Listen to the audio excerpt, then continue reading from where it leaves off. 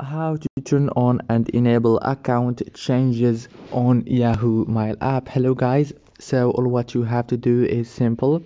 Just go to Yahoo Mail. As you can see right here, this is the home page.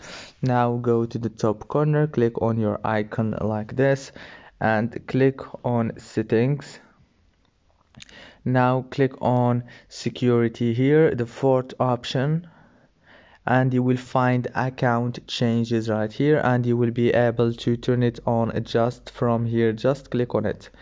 If this video was helpful, please don't forget to like and subscribe, and thank you for watching this video until the very end. See you later.